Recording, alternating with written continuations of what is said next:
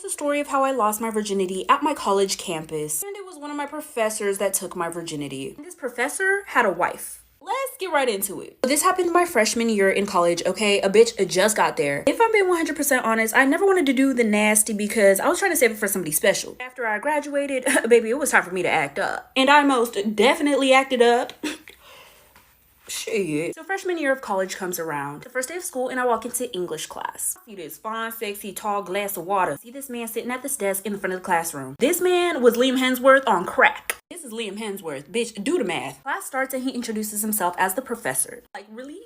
I wanted this man to rail me. Anyways, as time went on, this professor and I began to become really close. Maybe a little too close. He would ask me to stay after class and we would literally just talk. It became a regular thing. We got so close that we exchanged phone numbers. So close to the point where one night he called me and invited me to his house. This is gonna be part 2 of how I lost my virginity to my college professor who was married. So like I said, he calls me one night and invites me to his house. He said we were getting along really well and that he never did this to any of his other students, but since me and him created such a special bond that I was an exception. So I was like, your fine ass, sir, I will speed. Let me grab my keys. He gives me the address, I show up and he lets me in. We sit down and we just start talking about anything. He shows me around his house eventually. As he's showing me around his house, we get to some pictures on the wall. That's when I found out that he had a wife. Immediately no. Nothing else happened and I made an excuse to go home. He texts me and says that it sucks that I had to go home. He wishes we could have spent more time together. I told him that was most likely the last time we were going to spend together since he had a wife. Because I did give a fuck.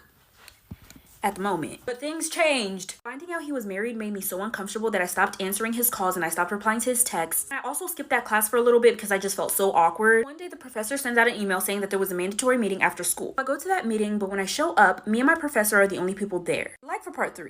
Part 4 of the time I lost my virginity by my college professor who was married. Like I said, me and my professor started taking pictures and taking videos whenever we would hook up. That would lead to our downfall. Mind you, he was the one who asked to start taking those pictures and recording those videos because he wanted it for when I wasn't around. We were doing all this and we were still walking by each other in class like nothing happened. Well, one day I'm sitting in his class as usual. Just a normal regular day. I never would have thought anything like this would have happened. But I guess it's my karma. We're sitting in class and we're learning about whatever the hell. We were going over some notes that a student had asked to go over because they didn't understand, but the professor was having a hard time trying to pull up these notes. His computer screen was connected to the big screen that all the students could see. I don't know what it's called, a smart board? Some electronic screen. It's a projector. I googled it.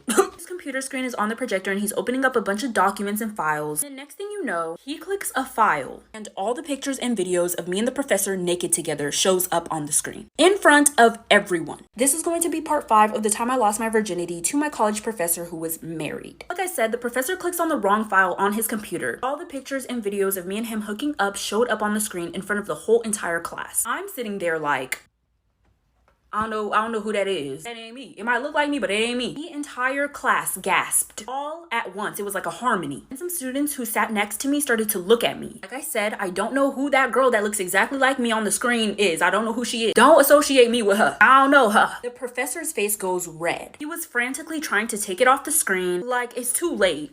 I put my hoodie up and I didn't know if I should leave the classroom or just stay in the classroom because not everybody realized that it was me. Like some people in college don't pay attention to who's in their class. But the people that sat next to me knew that it was me. I didn't know if I should have stayed in class or if I should have left the classroom because if I left the classroom it would have looked guilty, but if I stayed in there it was just awkward. I decided to stay to avoid looking guilty. Once class was over and I went home, the entire school knew about me and the professor. This is gonna be part 6 of the time I lost my virginity to my college professor who was married. So like I said, I sat through the rest of the class after those pictures and videos were shown. It just would have been way more awkward if I just walked out right away. Like, it's already awkward. Let's try to avoid the awkwardness as much as we can right now. By the time I got home, everybody knew about me and the professor. Everybody at school was talking about it. What's worse is that somebody took a picture of the screen. That was evidence, and someone sent that to his wife.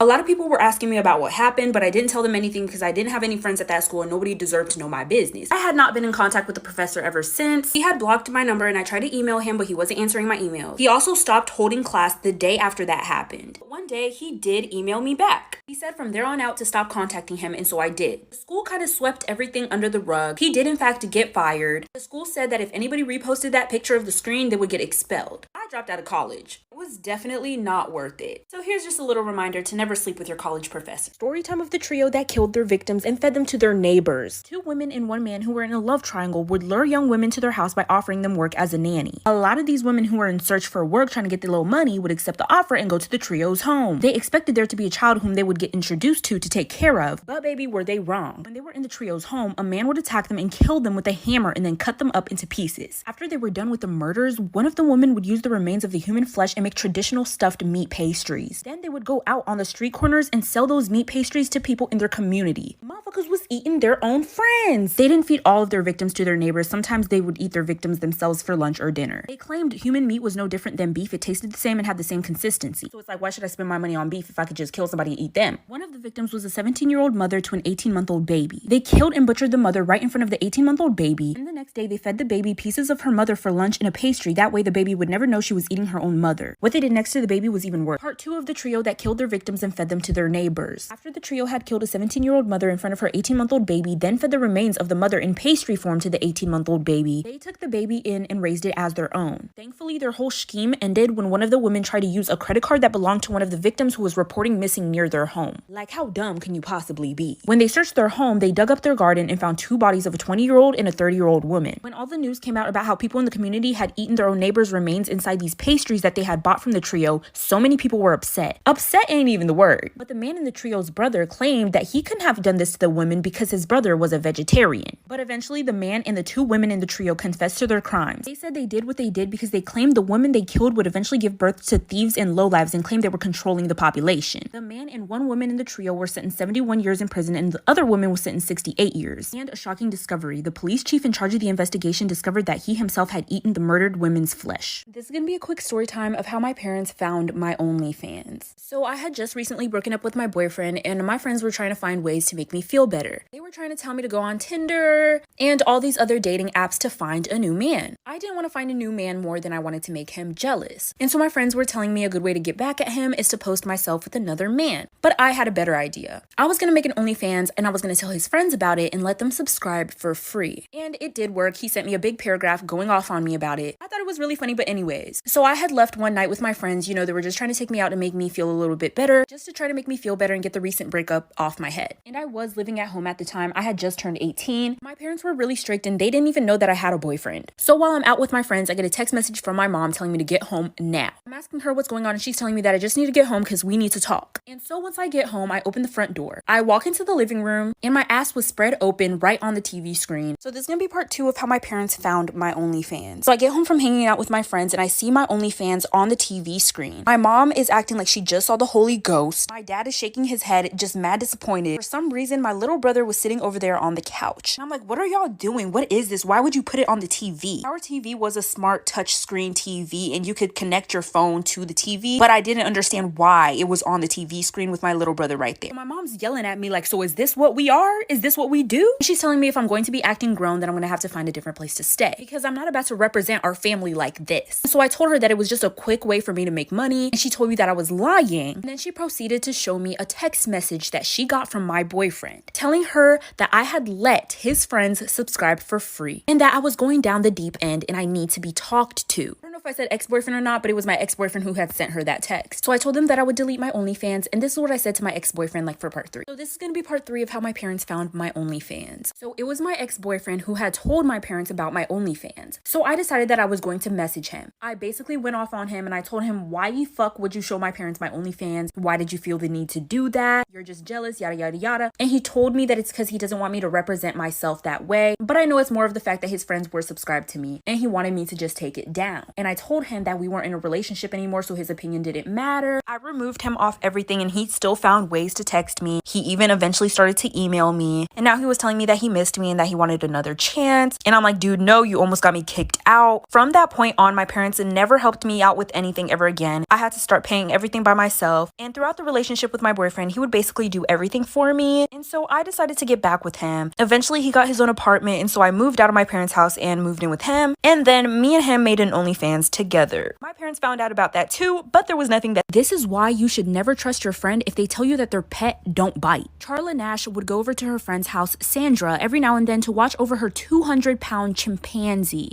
Charla knew straight off the bat that she did not like that chimpanzee because it always scared her. There was even a time where the chimpanzee jumped on Charla's back and ripped out a chunk of her hair. Charla started crying, but her friend Sandra thought it was funny. Sandra would not be laughing at anything that chimpanzee did much longer after this day. One day, Charla gets a call from Sandra saying her chimpanzee wouldn't go back in the cage and she needed some help. Charla drove over there to help her friend, and immediately after, Sandra would have to call the police. By the time the police arrived, Charla was laying on the ground with half of her face eaten off, no jaw, her nose hanging from her face by a piece of her skin, and with both of her hands ripped off. This is what Charla looked like before her attack. Her entire face was mutilated after the attack, but since the photos are super graphic, they'll be posted on my Instagram story. Part 2 will include the unsettling phone call Sandra made to the police and how she described her friend getting eaten and ripped apart.